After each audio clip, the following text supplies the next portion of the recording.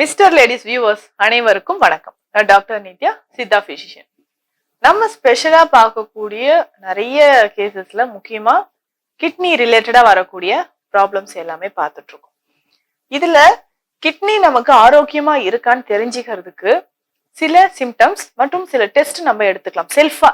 ஒருவேளை எனக்கு டவுட்டா இருக்கு அப்படின்னா, ஏன் நான் இந்த பதிவை இப்ப சொல்றேன்னா, கிட்னி ப்ராப்ளம் இருக்கு, அதாவது கிட்னி ஃபெயிலியர் இருக்கு, இல்ல சிகேடி இருக்கு, இந்த டயாலிசிஸ் பண்ணிட்டு இருக்கிறேன், இந்த மாதிரி கண்டிஷன்ல இருக்கவங்க முன்னாடியே நம்ம சில சிம்டம்ஸை வச்சு நம்ம டெஸ்ட் பண்ணி பார்க்காம கொஞ்சம் கேர்லெஸ்ஸா இருந்ததுனால பின்னாடி நமக்கு நிறைய ப்ராப்ளம், அதாவது கிட்னி ஃபெயிலியர் எந்த ஸ்டேஜ்ல, ஸ்டேஜ் 3, ஸ்டேஜ் 4, சிலருக்கு லாஸ்ட் ஸ்டேஜ் 5 வரைக்குமே வர்றதை நம்ம பார்க்க முடியுது. இப்போ என்னென்ன சிம்டம்ஸ் நமக்கு தெரியும்? ஒரு வேளை நமக்கு கிட்னி டேஞ்சர்ல இருக்கு, கிட்னி ஃபங்க்ஷன் நார்மலா இல்லைன்னா சில சிம்டம்ஸ் நமக்கு தெரியும். அதாவது யூரின் பாஸ் பண்ணும்போது நமக்கு நுரை வர்றது, ஃபோம் வர்றதை நம்ம பார்க்க முடியும். இல்லைன்னா யூரினோட கலர் வந்து சேஞ்ச் ஆகிடுது, லைட் ஆரஞ்சு இல்லைன்னா எல்லோ கலர்ல வர்றது, இந்த மாதிரி நம்ம பார்க்க முடியும். அடுத்து அடிவயிற்றுல எப்பவுமே ஒரு பெயினும் இல்ல நமக்கு இன்ஃபெக்ஷன் அடிக்கடி வர்றதா நம்ம பார்க்க முடியுது, யூரினரி ட்ராக் இன்ஃபெக்ஷன் வர்றதை பார்க்க முடியுது. முக்கியமாக கால்கள்ல வீக்கம், இந்த மாதிரி கண்டிஷன், கால்கள் வந்து தண்ணி கோர்த்திருக்கிறது, இந்த மாதிரியான பிரச்சனைகளை நம்ம பார்க்க முடியுது. சரி, இந்த சிலருக்கு இந்த சிகேடி அப்படின்னா நீங்க கேட்கிற கொஸ்டின் எனக்கு புரியுது. இப்போ எனக்கு ஆல்ரெடி நான் வந்து கிட்னி டிசீஸ் தான், எனக்கு கிட்னி டிசீஸ் இருக்கு, ஆனா இந்த சிம்டம்ஸ் எல்லாம் எனக்கு தெரியவே இல்லை. டக்குன்னு நான் ஹாஸ்பிட்டல் போனேன், ஏதோ ஒரு சிம்டம்னால போனேன், இமிடியேட்டா எனக்கு வந்து கிட்னி டிசீஸ் வந்து இருக்கு, ஸ்டேஜ் 3, ஸ்டேஜ் 5ன்னு சொல்லிட்டாங்க. அப்படி இருக்கும் பட்சத்துல ஏதாவது ஒரு ரீசன்னால நம்ம இந்த கிட்னி டெஸ்ட் எடுக்கும் போது இந்த இதை நிச்சயமாக நம்ம டெஸ்ட் எடுக்கணும். அப்படி நம்ம கிட்னியோட ஃபங்க்ஷன் பாதிப்பு இருக்குன்னு ஒரு டவுட் இருக்கும் பட்சத்துல நம்ம பிளட்ல யூரியா எவ்வளவு இருக்கு, கிரியாட்டினைன் எவ்வளவு இருக்கு, யூரிக் ஆசிட் எவ்வளவு இருக்குன்னு தெரிஞ்சுக்கணும். அதே மாதிரி சோடியம், குளோரைட், பொட்டாசியம், இந்த மாதிரி எலக்ட்ரோலைட்ஸோட லெவல் எவ்வளவு இருக்கணும் நம்ம தெரிஞ்சுக்கணும். முக்கியமா யூரியா, கிரியாட்டினைன், யூரிக் ஆசிடோட லெவல் நம்ம செல்ஃபா கூட நம்ம எடுத்து பார்த்துக்கலாம்.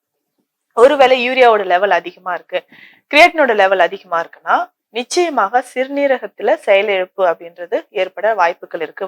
சிறுநீரக செயலிழப்பை நோக்கி போயிட்டு இருக்கு நம்ம தெரிஞ்சுக்கலாம். நிறைய பேருக்கு பார்த்திருக்கும் சிறுநீரகத்துல சுருக்கம் அப்படின்றது ஏற்படும். கிட்னி, ஏதாவது ஒரு கிட்னி வந்து சுருங்கி இருக்கு, இல்ல பாலிசிஸ்டிக் கிட்னி டிசீஸ் இருக்கு அப்படின்றத நம்ம தெரிஞ்சு போறோம். அடுத்து முக்கியமா பார்த்தோம்னா யூரிக் ஆசிட். யூரிக் ஆசிட் தான் என்னன்னா ஆர்த்ரைட்டிஸோட தொடர்புடைய கவுட் ஆர்த்ரைட்டிஸ் சொல்றோம். இது இந்த மாதிரியான நோய்கள் வருவதற்கும் வாய்ப்பு இருக்கு. ரத்தத்துல இந்த யூரிக் ஆசிட் லெவல் அதிகமாகுதுன்னா நம்ம பாடியில புரோட்டீன் வந்து பிரேக் டவுன் ஆகுது இல்லையா, டைஜஷன் ஆகும்போது இல்ல மெட்டபாலிசம் எல்லாம் முடிஞ்சு புரோட்டீன் பிரேக் டவுன் ஆகும்போது உண்டாகக்கூடிய ஒரு வேஸ்ட் ப்ராடக்ட் தான் நம்ம யூரிக் ஆசிட்னு சொல்றோம். இது ரத்தத்துல என்ன ஆகுதுன்னா அதிகமா கலக்க ஆரம்பிக்கும் போது யூரிக் ஆசிட் வந்து கிறிஸ்டல் ஃபார்ம்ல நமக்கு வந்து சேர ஆரம்பிச்சிடும், ரத்தத்துல அங்கங்க சேர ஆரம்பிச்சிடும். முக்கியமா ஜாயிண்ட்ஸ்ல, அதுவும் காலோட கட்டை விரல்ல நமக்கு வந்து சேர ஆரம்பிச்சிடும், கவுட் ஆர்த்ரைட்டிஸ் சொல்றோம். இந்த கண்டிஷன் இருக்கும்போது நம்ம தெரிஞ்சுக்கலாம். அதே மாதிரி கிரியாட்டினோட ரேஞ்ச் பார்க்கும்போது 1.5 விட அதிகமாக போகுது, 2, 3 அப்படின்னு கிராஸ் ஆகிட்டே போகுதுன்னா இமிடியட்டா அதற்கான சிகிச்சை முறைகளை நம்ம மேற்கொள்ளணும். இதுதான் நம்ம வந்து சிறுநீரகம் ஆபத்தை நோக்கி போயிட்டு இருக்குன்னா எடுக்கக்கூடிய டெஸ்ட் இதுதான். இதை நம்ம கரெக்டா எடுத்துக்கணும். இது கூட நமக்கு ஏற்படக்கூடிய அந்த அறிகுறிகள் என்னென்ன அப்படின்றதையும் நம்ம தெரிஞ்சுக்கணும். இது தெரிஞ்சதுக்கு அப்புறம் ஒருவேளை எனக்கு யூரியா, கிரியாட்டினோட லெவல் அதிகமா இருக்கு, யூரிக் ஆசிட் லெவல் அதிகமா இருக்குன்னா உணவு முறை அடுத்தது நம்ம இதுதானே, டயட் தானே ஃபாலோ பண்ண போறோம். நம்ம பண்ற ஒரு மிஸ்டேக் என்னன்னா கேர்லெஸ்ஸா சரி கொஞ்ச நாள் போட்டோம், இதெல்லாம் நம்ம ட்ரை பண்ணுவோம், இந்த ஹோம் ரெமடியை ட்ரை பண்ணுவோம், இந்த ஃபுட்ல இதை இந்த சேஞ்சஸ் பண்ணுவோம், அதுக்கப்புறம் போய் டாக்டரை பார்க்கலாம் அப்படின்னு ரொம்ப பொறுமையா இருப்போம். ஸோ அந்த டைம்ல என்ன பண்ண போறோம்னா, டயட்ல முக்கியமா ஃபாலோ பண்ண வேண்டிய விஷயம் என்னன்னா அதிகமான தண்ணீர். நம்ம வந்து ஒரு நாளைக்கு ஒரு 2 to 2 லிட்டர் தண்ணி வந்து குடிச்சா போதுமானது. அதிகமான தண்ணீர் குடிக்கக்கூடிய சிறுநீரகத்தோட செயல்பாடு வந்து இன்னும் அதிகமாகும் போது நோயும் அதிகமாகுதுன்னு சொல்லலாம். ஒரு நாளைக்கு குடிக்கக்கூடிய தண்ணீர் 2 to 3 லிட்டருக்குள்ள நம்ம வச்சுக்கணும். அதே மாதிரி பார்லி கஞ்சி டெய்லி நம்ம வந்து எல்லா பேஷண்ட்டுக்குமே சிறுநீரகத்தால் பாதிக்கப்பட்டவர்களுக்கு எல்லாருக்குமே நம்ம சொல்லக்கூடிய ஒரு விஷயம் என்னன்னா பார்லி கஞ்சி டெய்லி குடிங்க. அடுத்ததாக நம்ம கொடுக்கக்கூடிய ஒரு பற்று மருந்து முதுகுல போட்டுட்டு அதுக்கப்புறம் இஞ்சி ஒத்தரம் கொடுக்க சொல்லுவோம். இஞ்சி ஒத்தரம்னா ஒரு 1.5 லிட்டர் தண்ணியில இஞ்சி ஒரு 50 கிராம் 60 கிராம் இஞ்சியை நல்லா தட்டி போட்டுட்டு கொதிக்க வச்சு ஒரு திக்கான டவல் எடுத்து அதை நனைச்சு முதுகுல வந்து நம்ம ஒட்டடம் போட போறோம். ஸோ இந்த மாதிரி இஞ்சி ஒத்தரம் கொடுக்க கொடுக்க சிறுநீரகத்தோட ஃபங்க்ஷன் வந்து அதிகமாகும். ஸோ கிட்னியோட ஃபங்க்ஷன் அதிகமாகிடுச்சுன்னா நமக்கு தொடர்ந்து நமக்கு வந்து யூரியா கிரியேட்டினோட லெவல் நார்மலுக்கு வந்துகிட்டே இருக்கும். அதே மாதிரிதான் யூரிக் ஆசிடோட லெவலும். இதை நம்ம தொடர்ந்து பார்க்க என்னன்னா, அடுத்தது 1 மந்த்துக்கு அப்புறம் நம்ம அகைன் நம்ம டெஸ்ட் பண்ணி பார்க்கும்போது அது நார்மலுக்கு வரும். இல்ல நான் வந்து நிறைய பேர் சொல்லுவாங்க, நான் வந்து செல்ஃபா இதெல்லாம் சாப்பிட்டேன் மேம், மேம் மூக்கிரட்டை சாப்பிட்டேன், பூனை மீசை சாப்பிடுறேன்.